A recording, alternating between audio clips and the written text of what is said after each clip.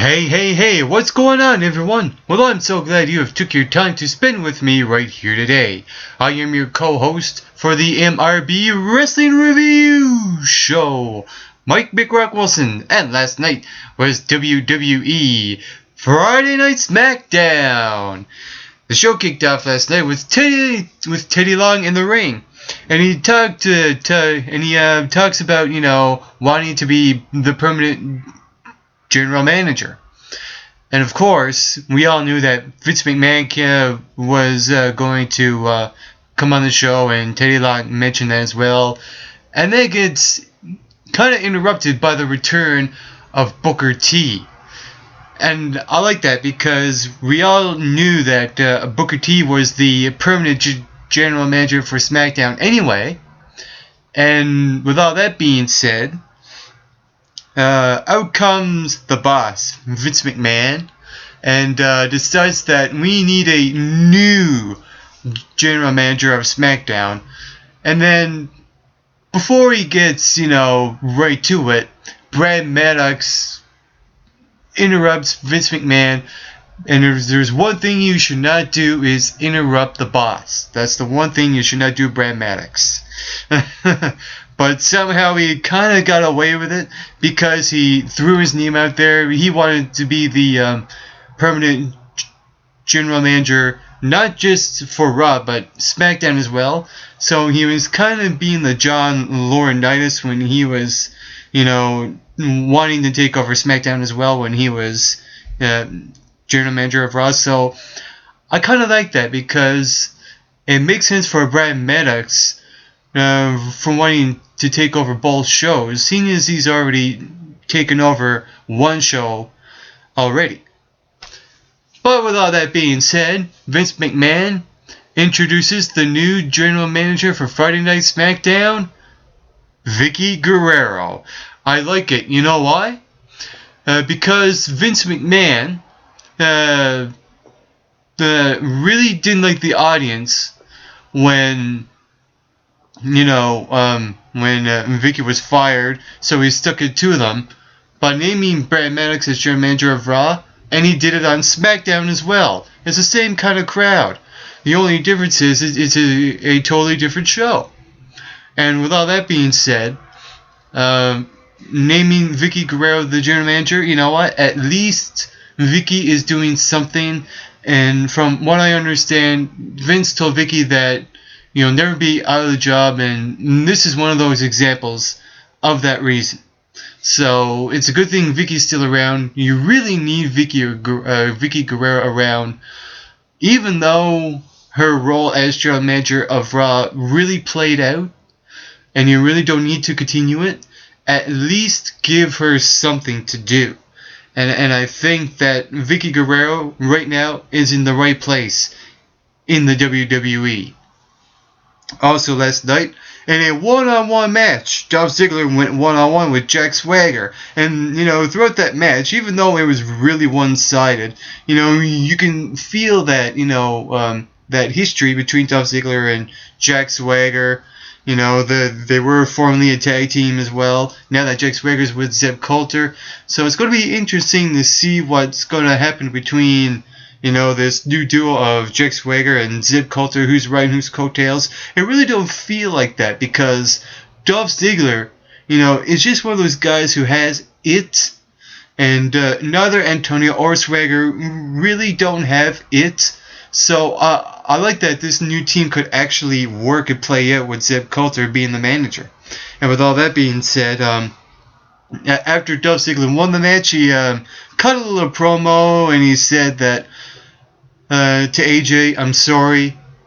He had that look on his face, like he was sorry, but then he brought it back by saying, "I should have dumped you earlier." So that made AJ more ticked off than usual, and you can see backstage she starts throwing a temper tantrum, starts to go crazy again, and Biggie Langston was there, tried to calm her down. He got her to calm down, looked deep into her eyes. Now here's me while watching this. Do not be the rebound guy. Do not be the rebound guy. Do not kiss her on the lips. Please don't be the rebound guy. It was building suspense until, of course, he kissed her on the forehead. I was like, oh, thank God. Really. If he would have kissed her on the lips, the whole thing would have just flopped. It'll be another relationship that'll break off anyway. But I like this, this kind of thing now with AJ and Biggie Langston. This almost feels like a brother-sister relationship where the big brother is looking out for the little sister by taking out Dolph Ziggler after he broke her heart.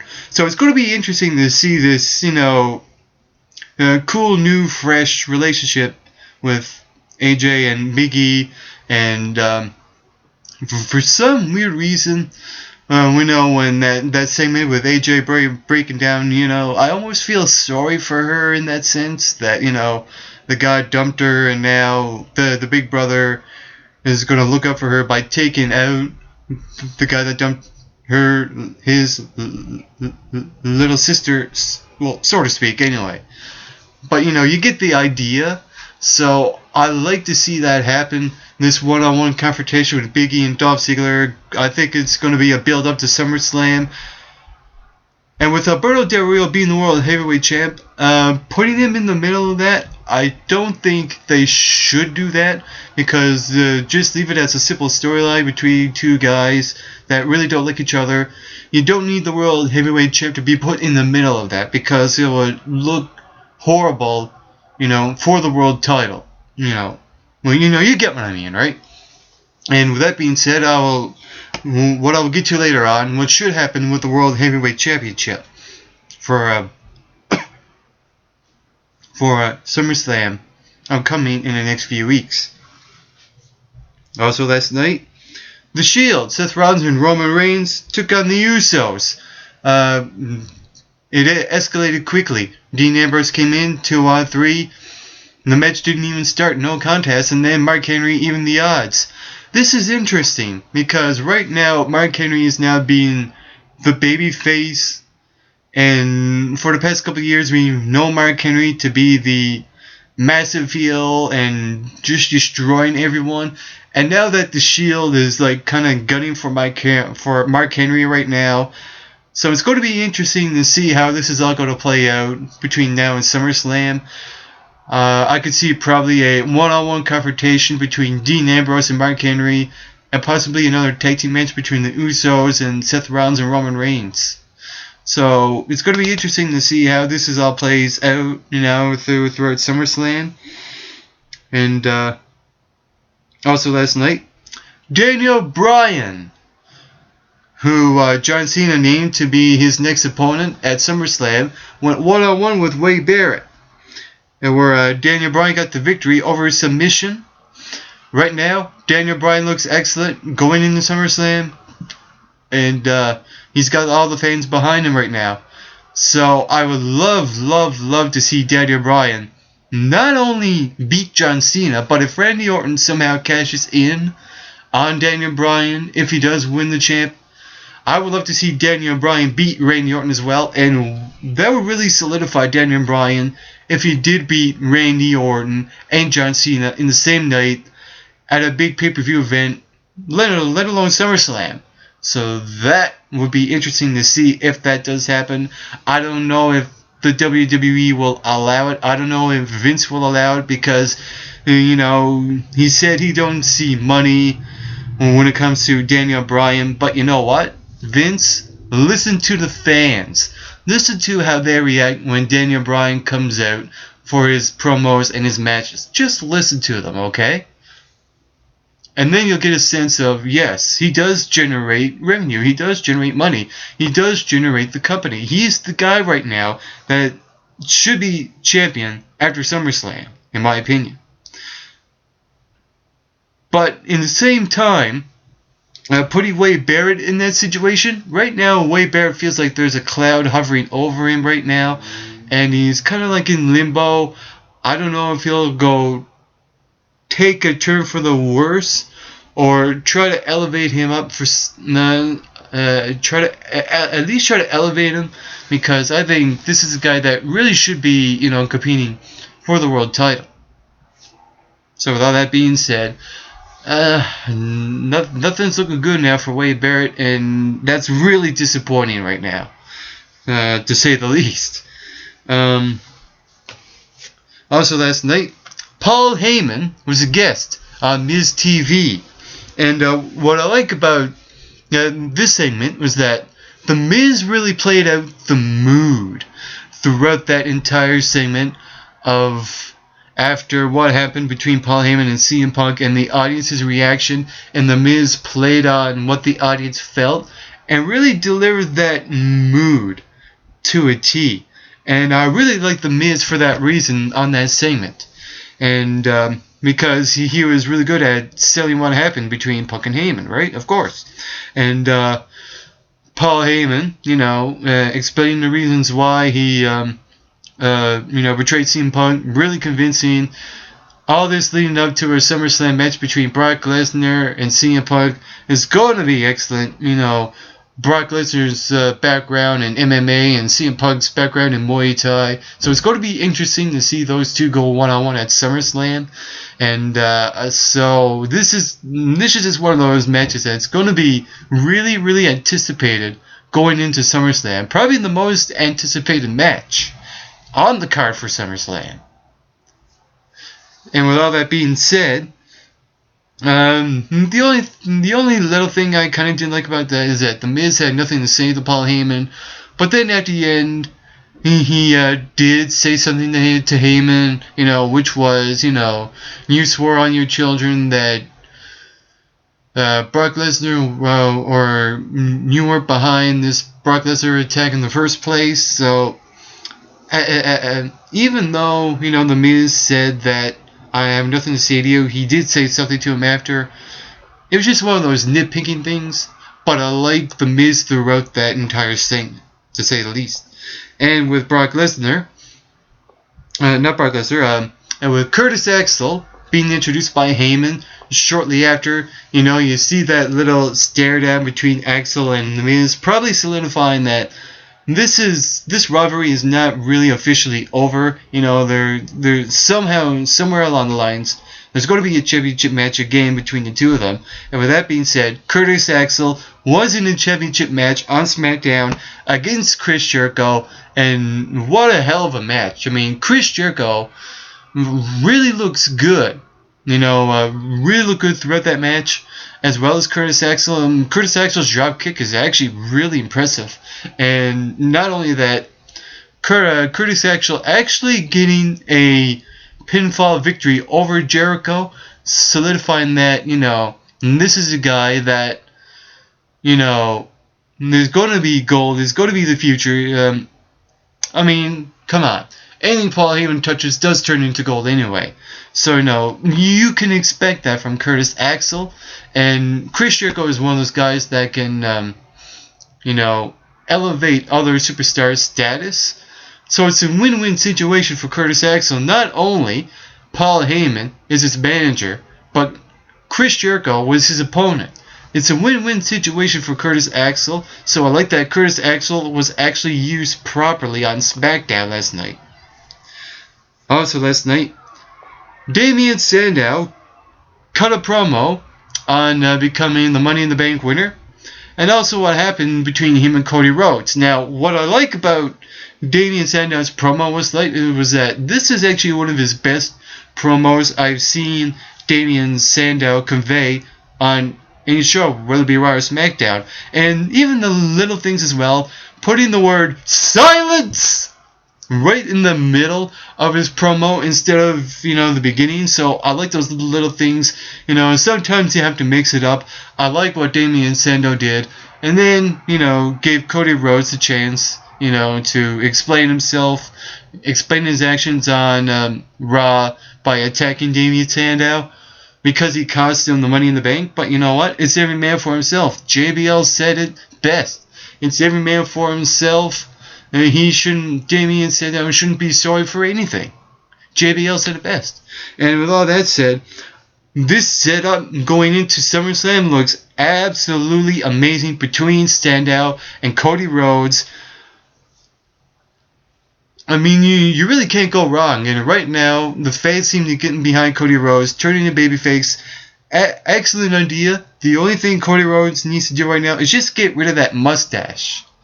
And and with that said, this will make him more of a good guy. And I love what Sandow said throughout that promo. When he offered Cody Rhodes to be the protector of the case, and then Cody Rhodes refusing, attacks Rhodes again. Rhodes refusing the offer, and then attacks Damien Sandow again. Absolutely amazing, great setup going into SummerSlam. RVD defeated Darren Young also last night in a one-on-one match, and I could see RVD, like Chris Jericho, helping the young talent and being that jobber guy, that one that doesn't get the benefit but gets the benefit for others to elevate their status, like Chris Jericho does. So that'll be interesting to see RVD now that he's back. What's there for him? What can he do to elevate? What other guys who he can elevate? Curtis Axel is one of those guys, I think, as well. And he done that with Darren Young last night on SmackDown. So that was pretty cool on the part of RVD. And the main event was Randy Orton going one-on-one with Alberto Del Rio in a non-title match, where Randy Orton got the victory. And here's what I think. Usually, when someone gains a non-title victory over a champion such as the WWE or the World Heavyweight Champ, usually that means that they're going to get a championship match in the future. I can see Alberto Del Rio facing Randy Orton at SummerSlam for that World Heavyweight Champ. And here's the thing. Randy Orton holding the Money in the Bank briefcase. And this is one of these matches where Randy Orton not only is a stepping stone for Alberto, but a stepping stone for Daniel Bryan on the same night, perhaps. I could see Randy Orton lose if he were to face Alberto Del Rio for the World Champ at SummerSlam and then try to cash in and fail. I could see one of those things happen to Randy Orton, and then he turns heel. That would be the perfect execution for Randy Orton's heel turn. He loses a World Championship match at SummerSlam against Alberto Del Rio. He's so furious, he's so mad that he didn't win a world title, and then tries to cash in on Daniel Bryan or John Cena or something like that, and fails because he was upset that he didn't win the World Championship. They could go that route, but I doubt the WWE will do that. Another thing that they could do is that Randy Orton goes to cash in on Daniel Bryan after winning the champ, and then John Cena stops him because John Cena wants Daniel Bryan to be, not a one-hit wonder for a WWE champ, and have him, have a lengthy title reign. That would be probably the logical thing to do, because John Cena is that kind of guy. If someone does earn his respect by defeating him, he is not likely to give the Money in the Bank holder that shot at Daniel Bryan. John Cena is not that guy to do that because he is the hustle, loyalty, and respect kind of guy. And with all that being said, it's going to be really, really interesting to see how all this plays out. And before I conclude this review with if indeed Alberto Del Rio does face Randy Orton, I think that should happen, because Alberto should not be involved in this thing with Big E and Dolph Ziggler. Let that feud play out and have Alberto face Randy Orton for the title at SummerSlam. That's the logical thing to do. And that was my review of WWE Friday Night SmackDown. For the MRB Wrestling Review Show, I'm your co-host, Mike McRock Wilson. And to all you viewers watching, get plenty of rest, and always do your best.